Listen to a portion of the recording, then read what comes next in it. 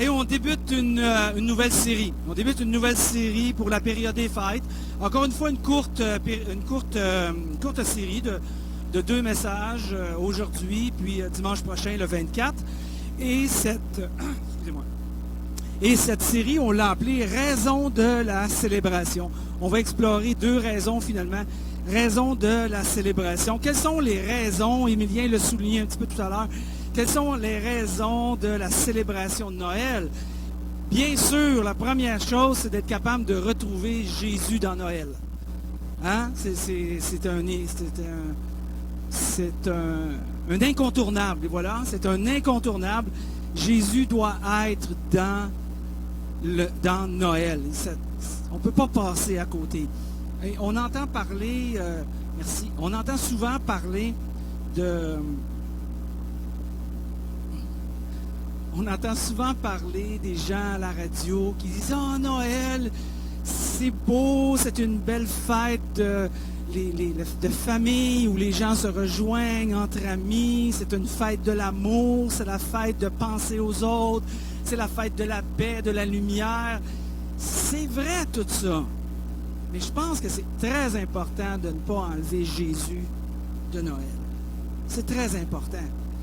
On perd le sens de Noël si on enlève Jésus de Noël. Et pas parce qu'on veut être d'un côté religieux. Parce qu'il y a une raison de maintenir Jésus dans Noël. Et on va en parler un petit peu ce matin. Si on regarde les écrivains, si je regarde les écrivains qui ont écrit le Nouveau Testament, les auteurs, si je regarde les paroles même de Jésus qui ont été dites, qui ont été reprises, puis qui ont été transmises, qu'on a encore à notre portée aujourd'hui, si Jésus serait ici, je ne serais pas surpris qu'il nous dise que la véritable raison de la célébration dirait « c'est toi ». C'est toi la véritable raison de la célébration. Tu es la raison. C'est toi. Pourquoi? Parce que c'est toi et moi qui récoltent les bénéfices de Jésus qui est venu sur cette terre. C'est toi et moi qui avons besoin de lui. C'est toi et moi qui, sans lui, étaient perdus. Sans lui, on était perdus dans nos comportements, dans nos pensées, dans nos convictions. Et si on n'avait pas été perdus dans tout ça, vous et moi, Jésus n'aurait pas été nécessaire. Alors le bénéfice de ceux qui en retirent, c'est qui? C'est nous, exactement. C'est toi, c'est moi, c'est nous qui retirons le bénéfice. Donc la véritable raison de la célébration, c'est toi. Et c'est important de le réaliser comme ça aujourd'hui. Et un de ces bénéfices-là que Dieu nous donne, il veut nous redonner l'espoir. Il veut redonner l'espoir à l'humanité. Il veut nous redonner l'espoir. Il y a des moments dans ma vie, je l'avoue, « Oh, pasteur de l'Église, ta foi est grande. » Pas nécessairement parce que tu tiens un micro que la foi est plus grande qu'un autre. Je suis inspiré par beaucoup d'entre vous quand je vous vois aller, de ce que vous vivez, et comment vous réagissez face aux situations, aux circonstances. Puis je me dis, qu'il me semble que j'aimerais avoir la foi de cette personne-là dans une telle circonstance, comment qu'elle réagit. Il arrive des moments où j'ai besoin de retrouver de l'espoir.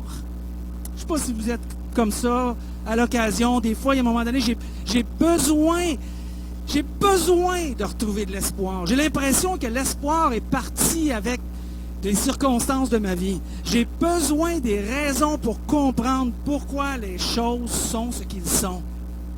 En d'autres mots, j'ai besoin d'une main. J'ai besoin d'une main pour m'aider à reconnaître, à reconstruire plutôt une sorte d'espoir à l'intérieur de moi. J'ai besoin qu'une main me soit tendue quand j'ai l'impression que les choses vont au-delà de ce que je peux comprendre ou imaginer, puis ça vient écraser ma vie. J'ai besoin d'une main qui va m'être tendue.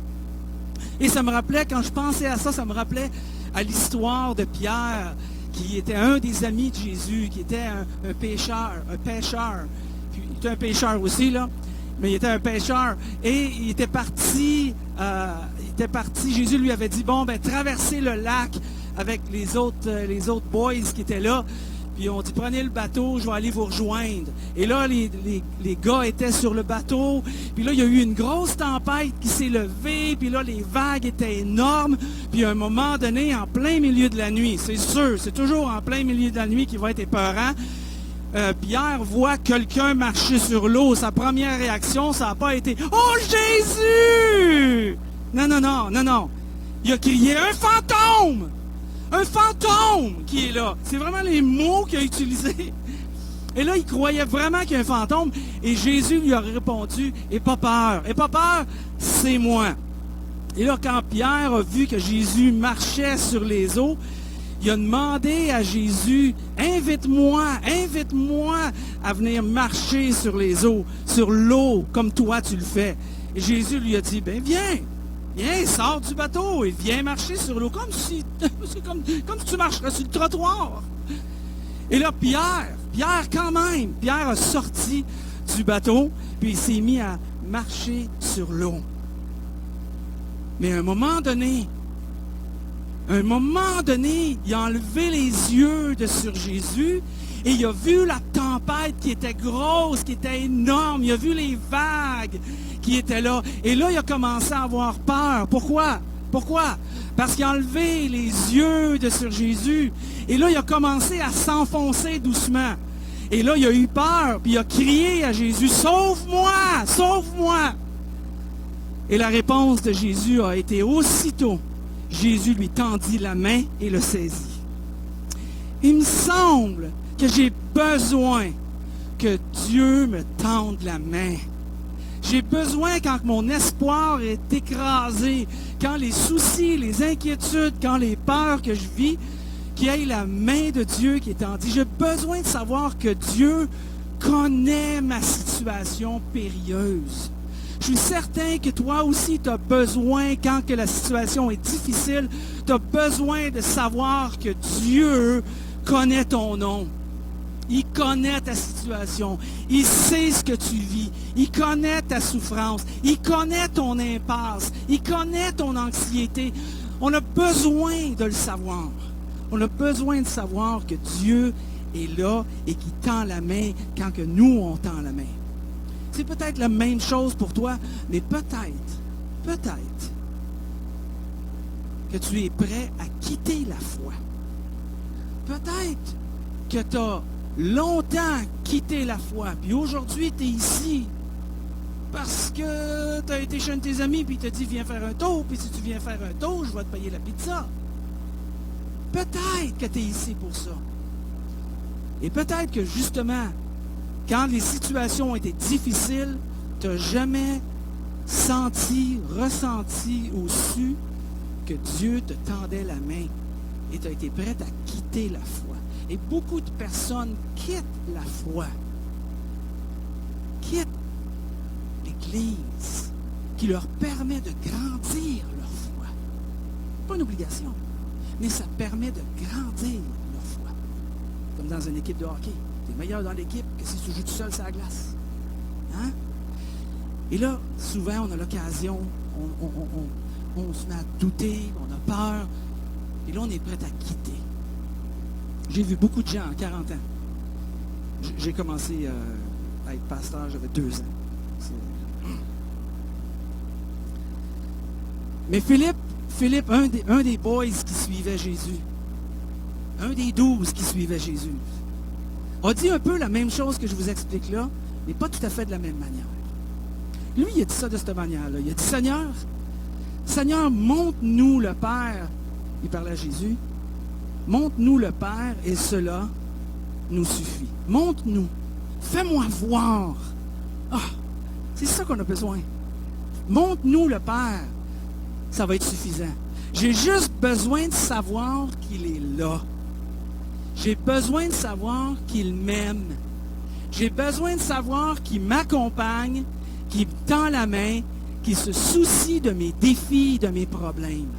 Ça ne veut pas dire qu'il va nécessairement résoudre tous nos problèmes du jour au lendemain. Mais vous savez, C'est pas ça qu'on a besoin.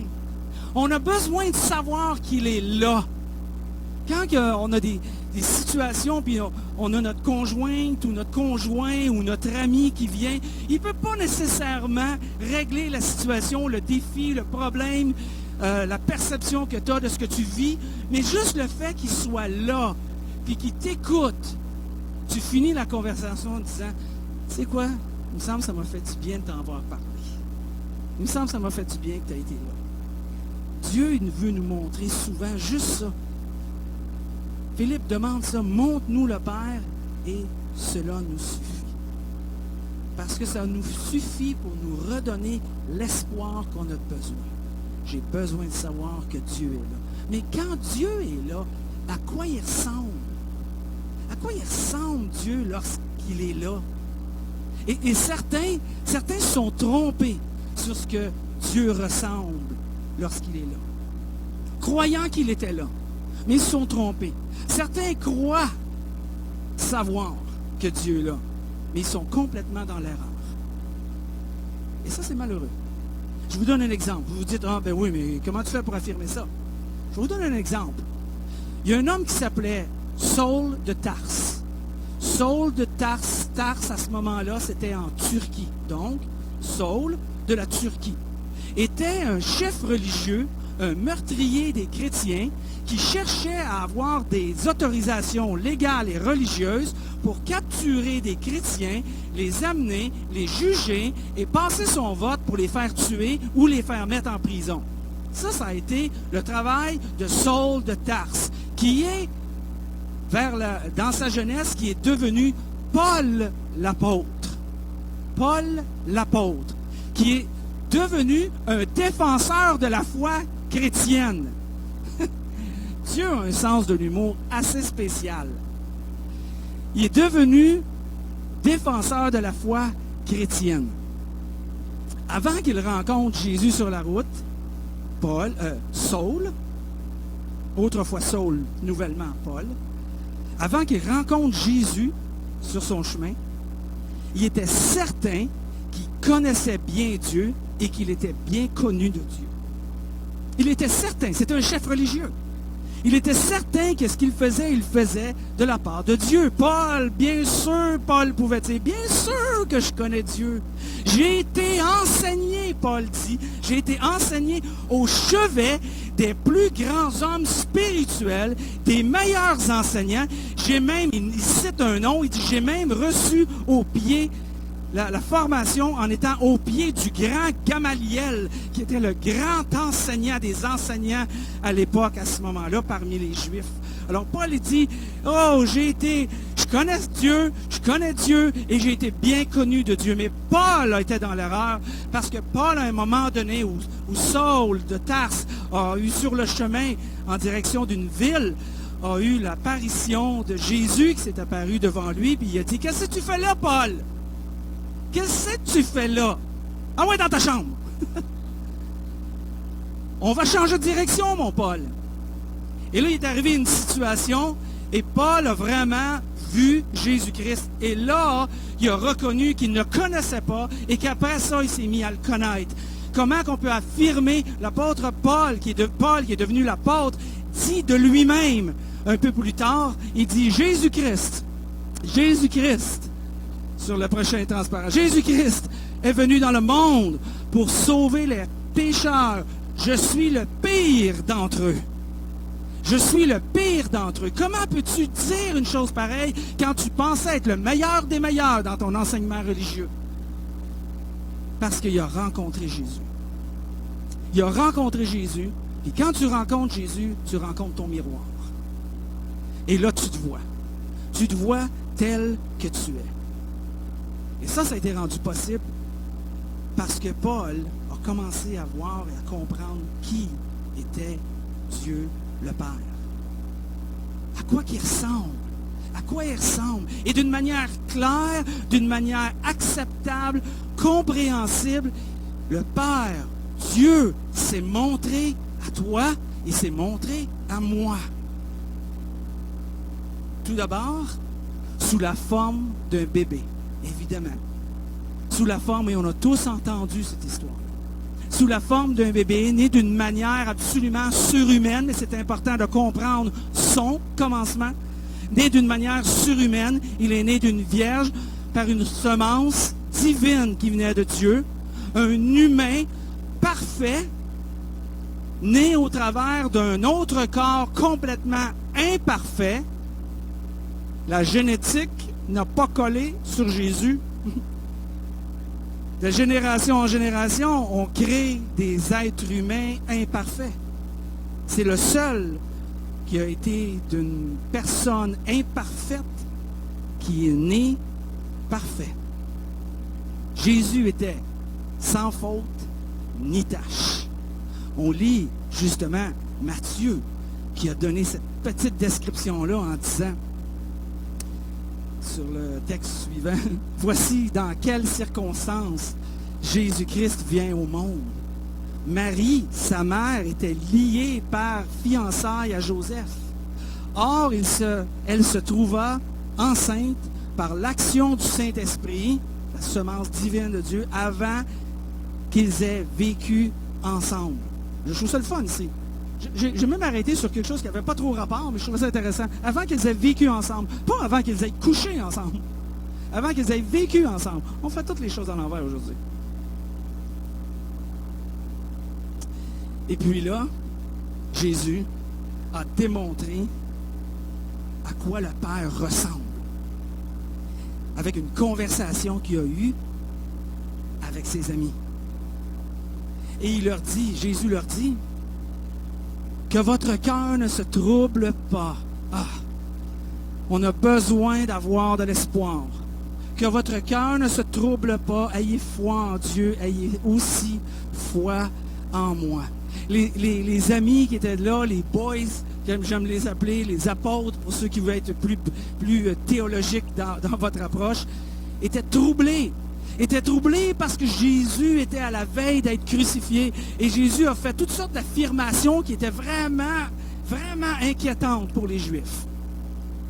Des affirmations telles que la Pâque sera plus célébrée en l'honneur d'Israël qui a été libéré de l'Égypte, mais vous allez célébrer la Pâque en fonction de moi à partir de maintenant. Je vais être la raison de votre Pâque. Oh, on va changer 2000 ans d'histoire pour un gars troublant, troublant. Jésus a donné, il a dit les lois, l'Ancien Testament, les 10 commandements, les 660 lois qui ont suivi. On va tout résumer ça en une seule. C'est le fun, on va résumer ça en un seul commandement. Tu aimeras ton prochain de la manière que je vous ai aimé. Et si vous filtrez toutes vos conversations, vos comportements et vos réactions en fonction de ce commandement-là, vous n'aurez pas de problème. Jésus rend ça simple. Compliqué, simple, mais difficile. Mais difficile. Les gens étaient troublés parce que Jésus était assis avec eux autres. Puis il a dit qu'un des leurs va le dénoncer. On parlait bien sûr de Judas. Et Jésus a continué en disant, ben là, il faut que vous compreniez quelque chose, on est ensemble, mais vous allez me chercher parce que là, je serai plus là. Je vais disparaître, je ne serai plus avec vous, puis vous ne pourrez pas non plus venir où est-ce que je m'en vais. Puis Jésus faisait référence à sa mort sur la croix, justement, qui va arriver bientôt. Alors, pour les gens qui étaient là, les amis de Jésus, qu'est-ce que c'est ça? C'est quoi ça? On va pas te voir, puis on va te voir, puis on va te suivre, puis on peut pas aller où est-ce que tu vas, puis où c'est que tu t'en vas. Alors, ils étaient tous troublés. Puis Jésus a dit, troublez-vous pas, là, troublez-vous pas. Là. Même si vous ne comprenez pas toute la théologie, troublez-vous pas. Même si on n'a pas toute la même théologie, troublez-vous pas. Même si on n'a pas toutes les mêmes convictions ici, là, troublez-vous pas avec ces choses-là. Surtout, ne vous divisez pas à cause de ces choses-là. Ouais. Il faudrait qu'on mette ça sur l'Internet. Ah, mais c'est drôle, ça va être sur l'Internet. Alors, il dit, ayez foi en Dieu, même si il est invisible. C'est ça qu'il est en train de dire. Ayez foi en Dieu, ayez foi en moi. Pourquoi ayez foi en Dieu, ayez foi en moi? Pourquoi le lien qu'il veut faire entre les deux? Il veut faire le lien entre les deux pour plusieurs raisons. Mais une raison qui m'a sauté aux yeux, c'est Dieu est invisible. Et Jésus a dit, pour un temps,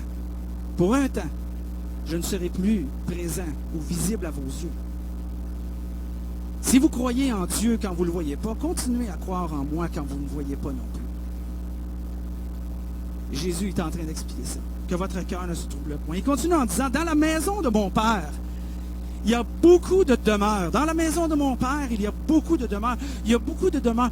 Quand on parle de demeure, ici, il y a un terme qui ça pourrait être le mot chambre. Il y a beaucoup d'espace, il y a beaucoup de place, mais c'est aussi traduit dans certaines traductions bibliques, c'est aussi écrit des espèces de maisons, des vrais châteaux de maisons. Pourquoi? Parce que pour un juif comme pour nous, non-juifs, quand on parle de demeure comme ça, qu'il y a plusieurs places dans la maison, on fait référence à une habitation glorieuse. Si tu dis qu'il y a plusieurs chambres dans ma maison, tu vas penser à « Wow, c'est de la maison, ça? » Si je vous dis « Hey, venez tous chez nous à Noël, de toute manière, j'ai une maison avec 25 chambres. » Vous allez dire « Wow, 25 chambres. » Avant, j'avais une maison. J'avais une maison à Montréal, puis on accueillait des gens qui venaient de différentes places de l'Amérique du Nord, puis qui venaient servir l'Église. Puis je les accueillais chez nous. Alors j'avais une maison, j'avais 10 chambres dans la maison. C'était fou comment c'était grand. Les gens me disent, t'as 10 chambres dans la maison. Oui, c'est immense. Je dis bonjour à mes enfants le matin, puis le soir, je les revois quelque part dans une autre chambre. On se perd de vue. Donc, il y a un sentiment là, de gloire, de grandeur. Mais c'est ça que Jésus voulait communiquer en parlant de la maison de son Père, qu'il y a beaucoup de demeures, beaucoup de places pour habiter. Et s'il continue en disant, si ce n'était pas vrai, je vous l'aurais dit. En effet, je m'en vais vous préparer une place. Vous n'allez pas me voir pendant un bout de temps, mais je m'en vais vous préparer une place. Et lorsque j'aurai préparé cette place-là, bien, je reviendrai. Et je vous prendrai avec moi afin que vous soyez, vous aussi, là où je suis. Belle promesse que Jésus promet à eux, comme il promet à nous aujourd'hui. Jésus parle de sa mort et sa résurrection, mais aussi il parle de la promesse de vivre avec lui pour l'éternité. Je m'en vais vous préparer une place. Et vous allez être capable de vivre là où je suis, où je serai. Wow! Avec les apôtres, Jésus continue en disant, et cette place-là, il dit, mais vous en connaissez le chemin. Vous en connaissez le chemin. Les apôtres sont troublés. Ils ne comprennent pas que Jésus dit qu'il va partir. Il s'en va à une place qu'il ne peut pas aller. Il parle d'aller dans la maison du Père. Là, j'imagine, les chums, les gars sont là. Jésus est en train de parler. Ils sont une douzaine. Là, Jésus est en train de parler. Mais vous en connaissez le chemin. Je suis certain qu'il y a quelqu'un dans la gang qui se dit, hey, y a-t-il quelqu'un de nous autres qui va parler? On n'a aucune idée où est-ce qu'il s'en va. Il faut absolument que quelqu'un dise quelque chose ici, là. Il assume que tout le monde comprend. Fait que Thomas lui pose la question. Thomas lui dit, Seigneur, nous ne savons même pas où tu t'en vas. Comment pourrions-nous savoir par quel chemin on y parvient? Je ne sais même pas où tu t'en vas. Comment est-ce que je vais faire pour savoir, pour me rendre là? Je ne peux pas connaître le chemin. Je ne sais même pas où tu t'en vas. Les amis de Jésus, à ce moment-là, ils étaient confus. Ils étaient confus de ce que Jésus disait. Mais ils ont été confus depuis le début. Hein?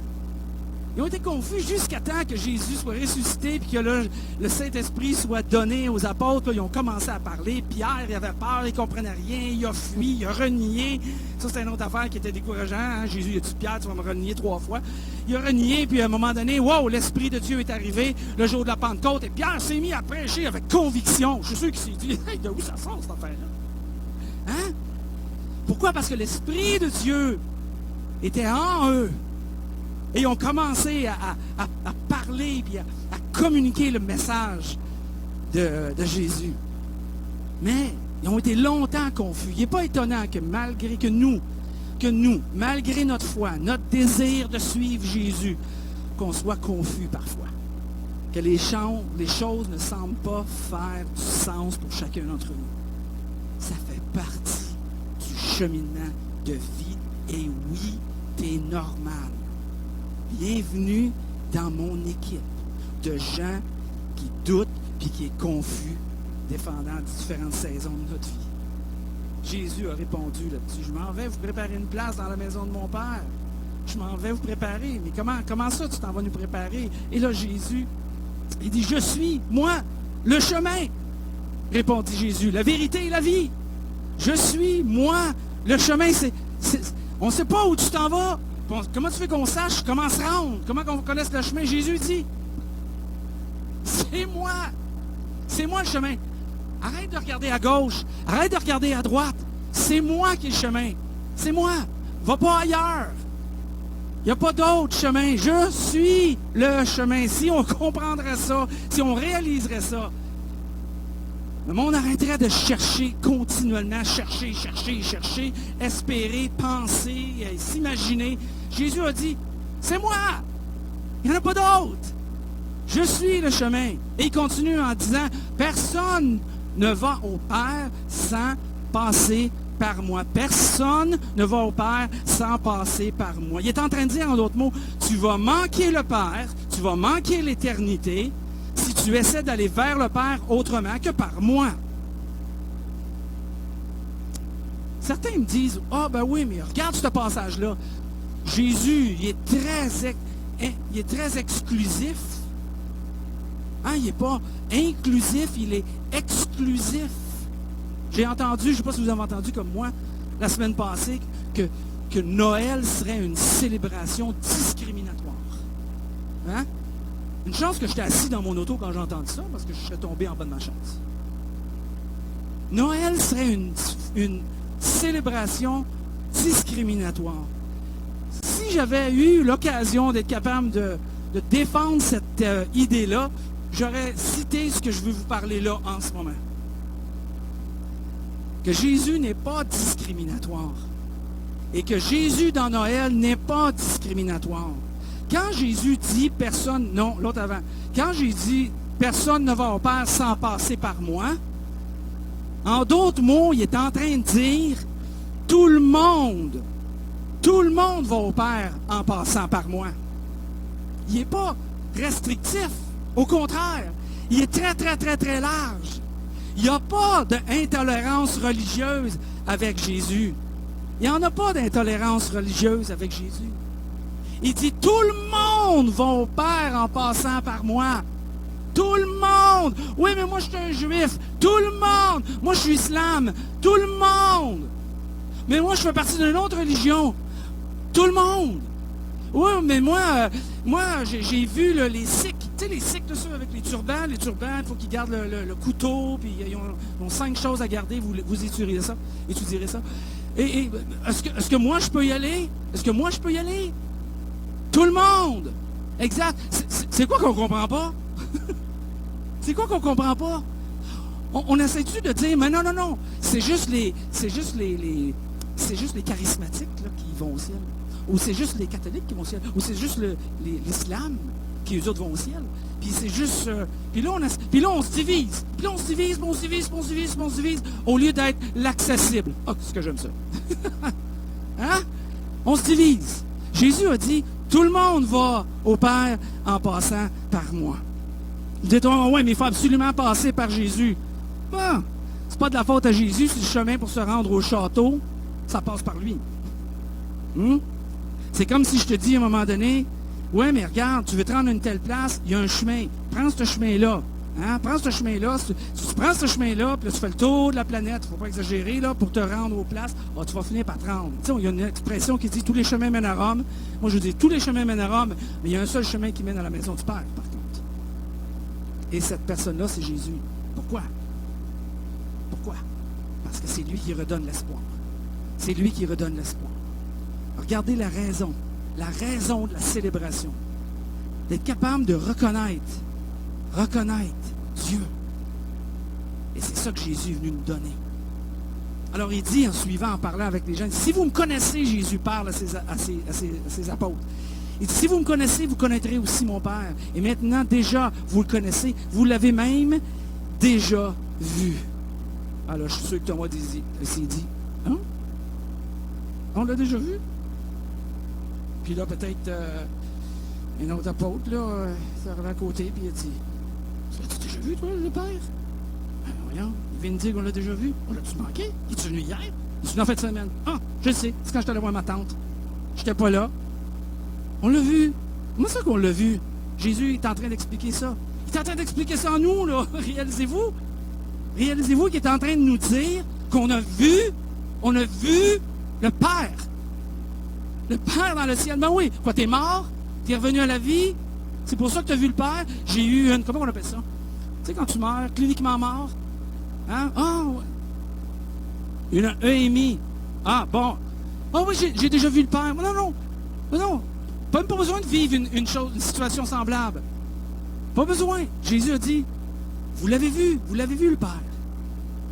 Il dit, tout le temps que j'ai été avec vous, tout le temps les miracles que j'ai faits, tous les miracles que vous avez faits, que je vous ai envoyés à faire, je suis venu là pour réduire ou pratiquement enlever le mystère de ne pas voir et ne pas connaître le Père, de comprendre et d'espérer qui est le Père. Je suis venu pour ajouter de la personnalité à Dieu le Père. Je suis venu pour ajouter la personnalité à Dieu le Père. Je suis ici pour le révéler. Moi et le Père, Jésus dit, on est inséparables. Inséparables. Ce qui veut dire que l'un connaît l'autre. Très bien. Philippe répond, Philippe écoute ça, il entend la conversation, puis tu as l'impression que là, il a compris l'affaire. Puis là, Philippe, il dit, soudainement, en arrière de la salle, il dit, Philippe, intervient. Seigneur, montre-nous le Père, cela nous suffit. C'est quoi qu'il n'a pas compris? Et là, Jésus s'est peut-être reviré, il regarde les gens. C'est quoi son affaire? C'est quoi son problème? C'est quoi qu'il n'a pas compris? Ça fait 15 minutes, ça fait une demi-heure que j'essaie de lui expliquer. Celui qui a vu le Fils, il a vu le Père. Et c'est ça que Jésus est en train de dire. Il ne comprenait pas encore. Il était confus. On est souvent confus. On veut parfois abandonner. On est découragé. On perd espoir quand on perd de vue Jésus. Et Jésus nous dit, tu veux savoir que le Père est avec toi. Tu veux savoir que le Père est de la compassion. Tu veux savoir que le Père t'enseigne. Regarde à moi, dit Jésus. Regarde à moi. Apprends de moi. Écoute-moi. Tu verras le Père en train de faire quelque chose en toi. Et c'est ça que Jésus est en train de dire. Alors Jésus a répondu, et quoi, Philippe? Qu'est-ce qu'il y a? Lui répondit Jésus, après tout le temps que j'ai passé avec vous, tu ne me connais pas encore, Philippe? Celui qui m'a vu a vu le Père. Comment peux-tu dire, montre-nous le Père? Jésus est en train de dire, nous sommes un. Le Père habite en moi, on est inséparables. Puis là, il s'en va il s'en va rejoindre une portion de notre vie qui est très semblable. On a de la misère à dire, ouais, mais je vois Jésus, mais je ne vois pas le Père. Puis on a de la misère à apprendre de lui. On a de la misère à découvrir comment lui pense, comment il agit, les œuvres qu'il fait. Jésus dit, écoute, si tu n'arrives pas à avoir foi, si tu n'arrives pas à avoir foi dans le fait que le Père est dans le Fils est dans le Père, quand tu me vois, c'est Dieu lui-même que tu vois. Si tu n'arrives pas à le croire, si ta foi n'est pas à cette hauteur-là pour y arriver, baisse ta foi un peu, OK, là? Puis regarde au moins les œuvres que mon Père fait au travers de moi. Regarde au moins le travail que Dieu fait. Et ça, c'est beaucoup nous. C'est beaucoup moi. D'être capable de savoir que Dieu m'accompagne parce qu'il va accomplir un miracle, parce qu'il va répondre à une prière, parce qu'il va m'en sortir de ma situation difficile, parce qu'il va me donner la formation que j'ai besoin, parce qu'il va me donner l'argent que j'ai besoin, parce qu'il va me donner le compagnon ou la compagne que j'ai besoin, parce qu'il va me donner l'église qu'on a besoin. Là, on voit les œuvres de Dieu, puis là, ça fortifie notre foi. Mais Jésus dit, tu sais, si on peut élever notre foi, hein, puis ne pas être dépendant des circonstances, et simplement de dire, on voit Jésus, on voit Dieu. Tu ne peux pas avoir plus Dieu que Jésus quand tu le regardes. Et apprends de lui, et apprends de lui, et apprends de lui. Et voilà, il dit la raison pour la célébration. Ça redonne l'espoir. Enlever des mystères. Ajouter de la personnalité. Apporter de la clarté.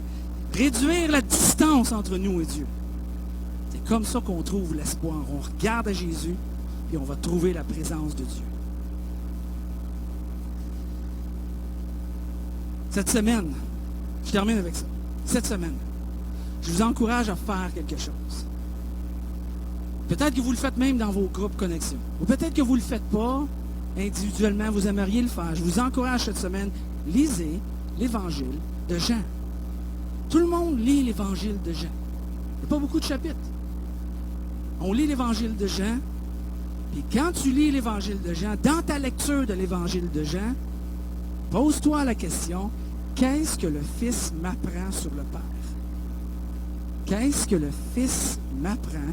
Qu'est-ce que Jésus m'apprend sur le Père? Parce que Jésus est affirmatif. Que si tu vois Jésus, tu vois le Père. Et quand tu vois le Père, tu sais qu'il est là, tu sais qu'il t'accompagne, tu sais qu'il ne se sépare pas de toi, tu sais qu'il t'aide, tu sais qu'il t'aime, qu'il ne permettra pas rien qui va te tenter ou t'éprouver au-delà de ta force, de capacité, même si toi tu as l'impression que tu ne traverseras pas ça. Et Jésus, il sait ça. Il sait que ça va nous redonner la force et l'espoir. Et quand vous allez lire et vous allez vous questionner qu'est-ce que Jésus m'apprend sur le Père, vous trouverez dans vos lectures que Jésus est le signe que Dieu existe pour toi aujourd'hui. Il est le signe de l'amour que Dieu a pour toi. Et tu verras que Dieu se soucie de toi, qu'il t'aime, qu'il est plein de compassion pour toi, puis qu'il t'accueille. Pourquoi? Parce que tu es la raison de la célébration de Noël.